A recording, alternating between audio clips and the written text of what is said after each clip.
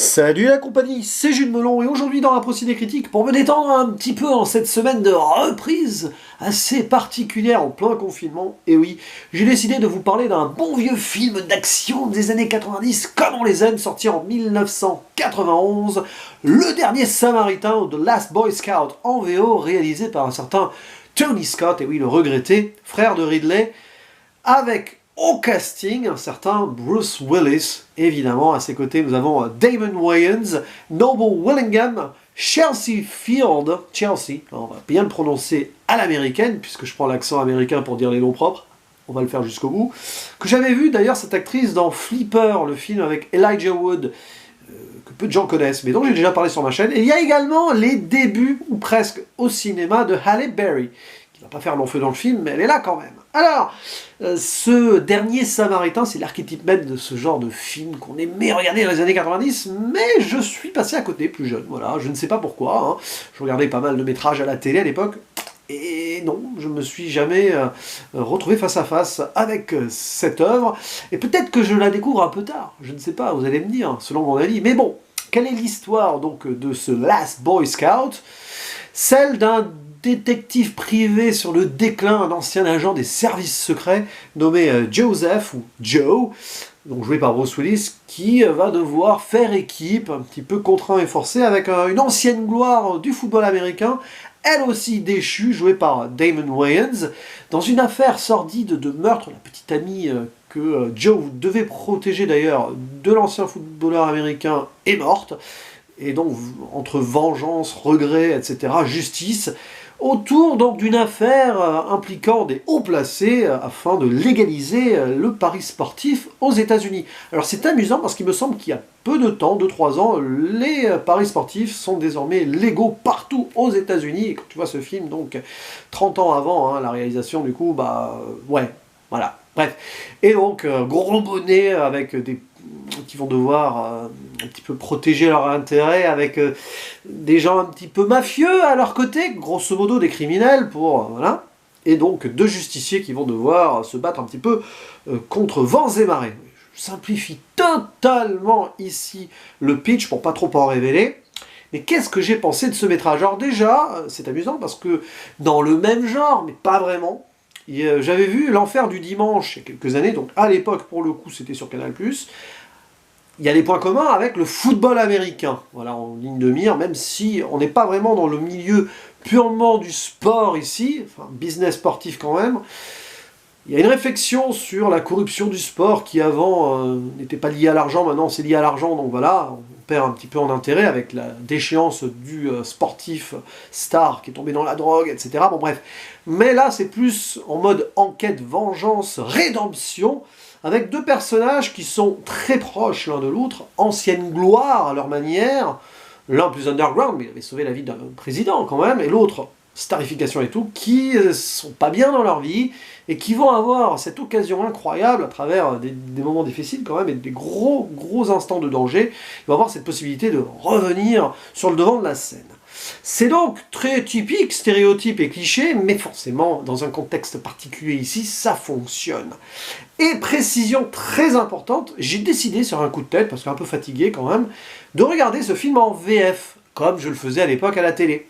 Parce qu'il y a aussi Patrick Poivet, hein, le regretté, qui fait la voix de Bruce Willis, donc voilà, j'aime bien regarder les films avec Bruce Willis en VF. Et il faut savoir, bon, j'ai laissé les sous-titres anglais exprès, et il y a une vraie réécriture dans les dialogues qui sont très percutants, dans les deux langues. Et c'est ce qui fait la force du film, c'est qu'il y a des punchlines à la seconde, quoi.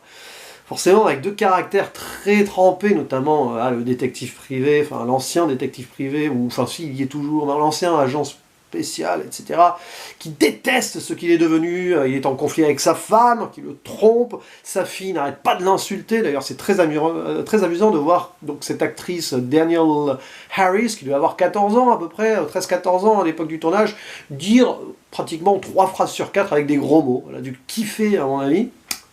J'aime bien cette idée-là quand même. Et voilà, donc reprendre contact avec sa vie privée et sa vie professionnelle, c'est un petit peu ce que va faire notre détective, tandis que le footballeur américain il est plus en mode vengeance, lui qui n'a plus grand chose à espérer non plus de la vie, qui se drogue. c'est compliqué quand même, hein. Et c'est clairement ça, ce film, la quête d'un héroïsme nostalgique, avec rédemption, sauver des vies, rapporter la justice, très, voilà, très couleur locale américaine, mais ça fonctionne, on voit donc ce côté années 90 qui est toujours là, même aujourd'hui, ça passe super bien. Bien sûr, c'est un peu kitsch d'un regard plus actuel, mais ça rappelle des choses, et même si je découvre ce film sur le tard, j'ai bien aimé, parce que, voilà, hein, c'est l'ambiance à la Die Hard, si vous voulez, l'arme fatale, un petit peu, même s'il faudra que je me les refasse, les armes fatales, parce que j'ai jamais été un grand fan, mais c'est un peu l'idée avec ce duo qui s'aiment pas vraiment, ou qui ont du mal, enfin, ensemble ils ont du mal à s'associer vraiment, mais qui vont être obligés par la force des choses et se trouver peut-être des points communs, peut-être à la fin devenir amis, hein, qui sait. C'est classique, mais c'est vraiment, ça marche super bien, là où de nos jours, si on essaye de faire des films comme ça à la sauce moderne, ça prend moins, voilà. Mais voilà, et puis Tony Scott a une réalisation très rythmée, vraiment, là, il a l'art de la construction narrative et de certains plans d'action. C'était un bon réalisateur d'action, hein, mais il n'a pas fait que ça, hein, Tony Scott.